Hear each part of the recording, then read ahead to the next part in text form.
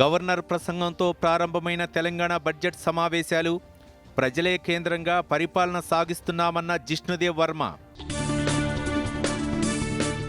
అన్ని వర్గాల అభ్యున్నతే తమ ప్రభుత్వ లక్ష్యమన్న గవర్నర్. అభివృద్ధి ప్రగతి వైపు తెలంగాణ అడుగులు వేస్తోందంటూ వెల్లడి. ఇందిరా మహిళా శక్తి మిషన్తో 1,00,000 మంది మహిళా పారిశ్రామికవేత్తలు, స్వయం సహాయక బృందాలకు 1000 మెగావాట్ల సౌర విద్యుత్ కేంద్రాల కేటాయింపు. గవర్నర్ ప్రసంగంపై కేటీఆర్ తీవ్ర అసంతృప్తి.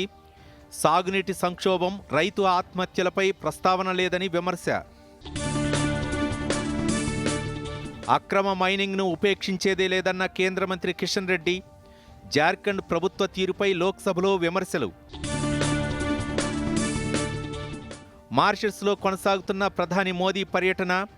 ఎంఎస్ఎంఈ, రక్షణ రంగాల్లో ఒప్పందాలు. మారిషస్, సెంట్రల్ బ్యాంక్, ఆర్బీఐల మధ్య అవగాహన ఒప్పందం.